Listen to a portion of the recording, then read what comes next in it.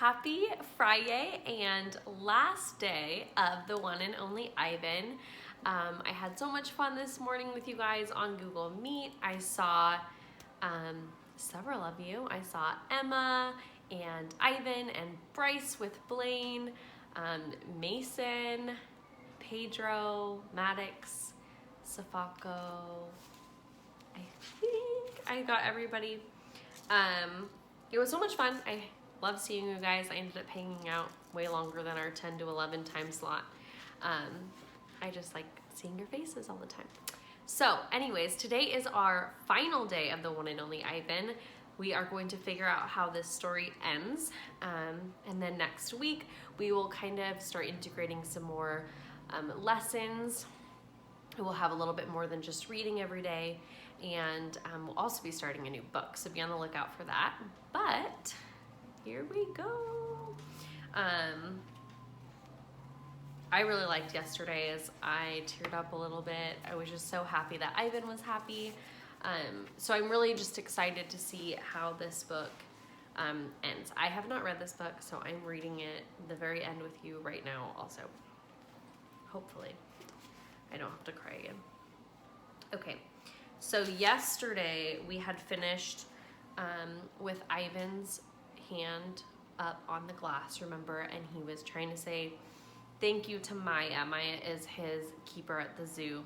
He's trying to say thank you with his eyes because he had just gotten to watch Ruby on TV and she was happy and she was rolling in mud and she had this other motherly figure and she also had just other elephants to play with. And so he was so happy because he was worried. Remember when he first realized where he was like, this is not what I thought it was going to be before they let him outside, right? And he wanted to make sure that that's not where Ruby ended up because it was his job to get her somewhere else. And so he wanted to just make sure that she was happy. And then he finally got to find out that she was happy.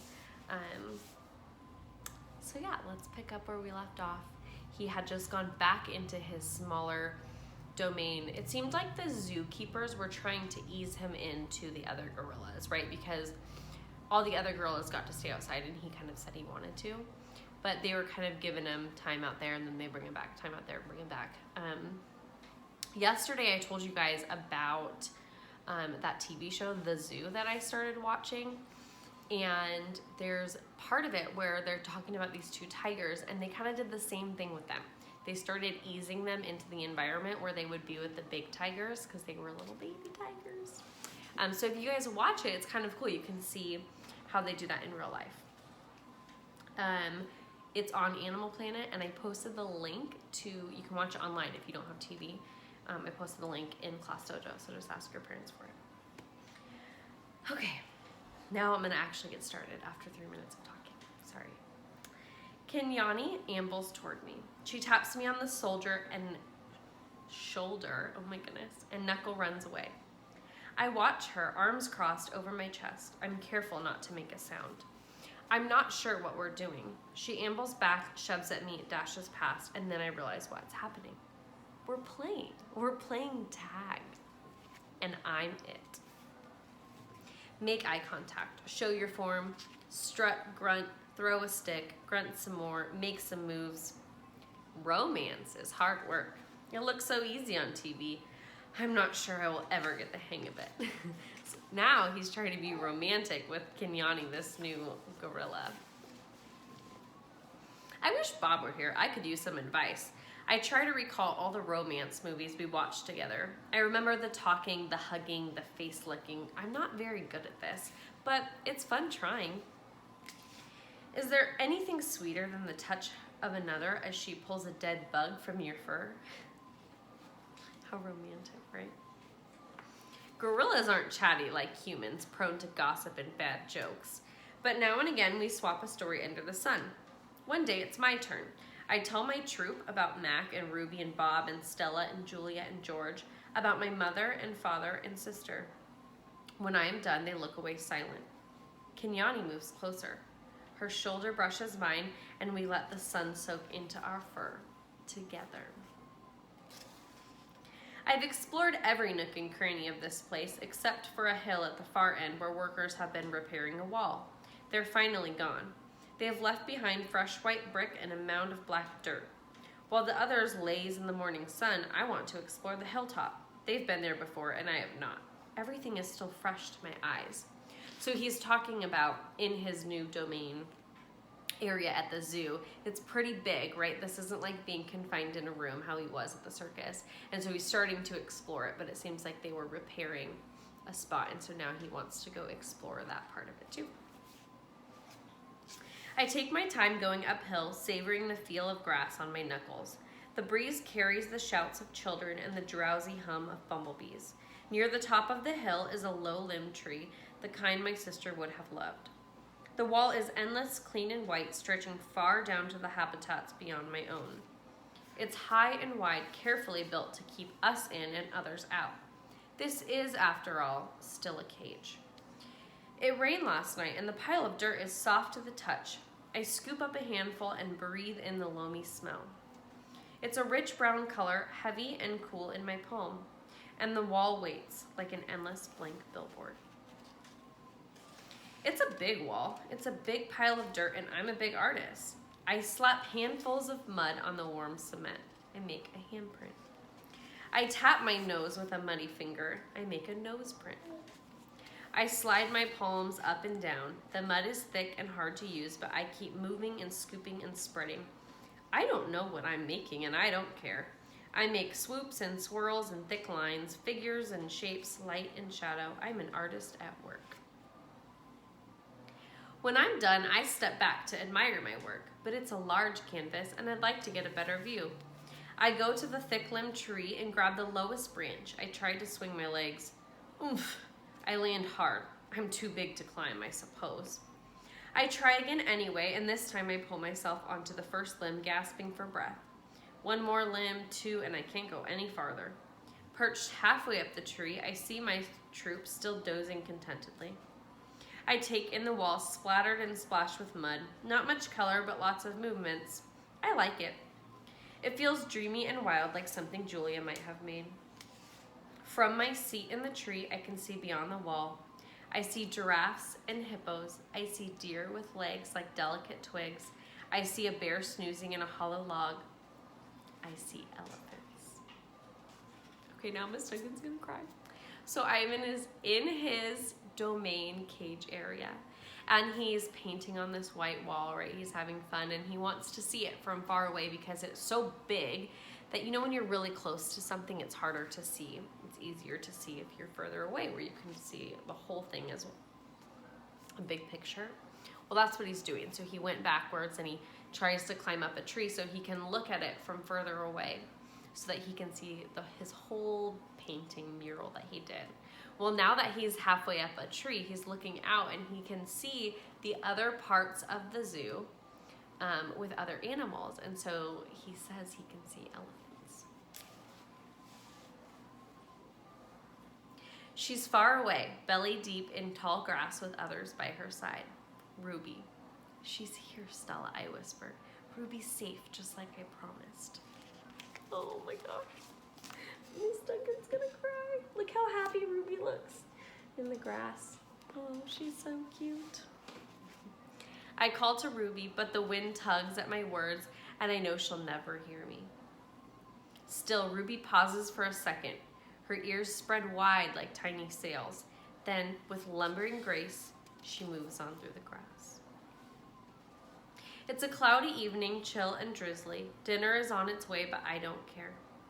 At night we sleep in our den, but I'm always the last to head inside. I've been inside long enough. This time of day there aren't many visitors, just a few stragglers leaning on the wall that separates us. They point, take a couple photos, then head over to the nearby giraffes. One of the keepers is beckoning. Reluctantly, I turn to go. Out of the corner of my eye, I see someone running. I pause. It's a girl with dark hair, lugging a backpack. A man follows behind, racing to catch up. Ivan, the girl yells, Ivan! It's Julia. I scramble to the edge of the wide moat that skirts the wall. Julia and George wave to me. I dashed back and forth, hooting and grunting, doing a gorilla dance of happiness. Calm down, says a voice. You're behaving like a chimp. I freeze. A tiny, nut brown, big-eared head pops out of Julia's backpack. Nice place, Bob says. Bob, I say, it's really you. In the flesh. How? Where? I can't seem to find any words. So here's Julia. And she's standing at the corner of the exhibit, you know. She's at the zoo, right? So she goes to the zoo and she goes to the gorillas. So she's standing behind the railing and she's waving, and then there's Bob in the backpack. Oh. George's job at the zoo doesn't start till next month, so he and Julia have made an agreement. She's walking 3 extra dogs to cover my food, and get this, they're all poodles. You said you didn't want a home, I say. Yeah, Bob says, but Julia's mom likes my company, so I figure I'm doing everybody a favor. It's a win-win. Julia pushes Bob's head back inside her backpack. You're not supposed to be here, she reminds him. Okay, so now Bob's living with Julia and George, and she snuck him into the zoo, so she's like, get back in there, Bob. Ivan looks great, doesn't he, Jules? George asks. Stronger, happier even. Julia holds up a little photo, but it's too far away for me to see. It's Ruby, Ivan. She's with other elephants now, because of you. I know, I want to tell her. I saw with my own eyes. We stare across the expanse that separates us. After a while, George pats Julia's arm. Time to go, Jules. Julia gives a wistful smile. Bye, Ivan. Say hello to your new family. She turns to George. Thank you, Dad. For what? For, she gestures towards me. For this. They turn to leave. The lamps that light the zoo pathways blink on, blanketing the world with yellow light. I can just make out Bob's little head sticking out of Julia's backpack. You are the one and only Ivan, he calls. I nod, then turn toward my family, my life, my home. Mighty Silverback, I whisper. Oh, Miss Duncan is trying not to cry. So that's the end. Everyone ends up so happy. Ruby is with her new elephant family at the zoo, being taken good care of. And Ivan has his new family at the zoo. He's the silverback. He gets to be in charge. Seems like he got himself a girlfriend. And then Julia and George are not having to be at that circus anymore with Mac. But it seems like George is gonna start working at the zoo, which means he's gonna get to see the animals all the time. And that means they still have money to be able to take care of Bob. So now Bob is at home with Julia and George. And then of course, like I said, Ivan and Ruby are at the zoo, happy as can be. I know Miss Duncan is happy. So I hope you guys enjoyed the one and only Ivan as much as I did. Hopefully you didn't cry as much as I did. I'm really excited to start a new book with you guys next week and then add a little bit more learning in next week. So be on the lookout for new videos, for some math and writing to go along with it. And I'll mix in some science and history too. Let me know what you guys think of the ending. And let me know if you guys watch that show, The Zoo, because I just think it's so cool getting to kind of see what this stuff looks like in real life. I hope you guys have a great weekend. I'll talk to you guys on Monday.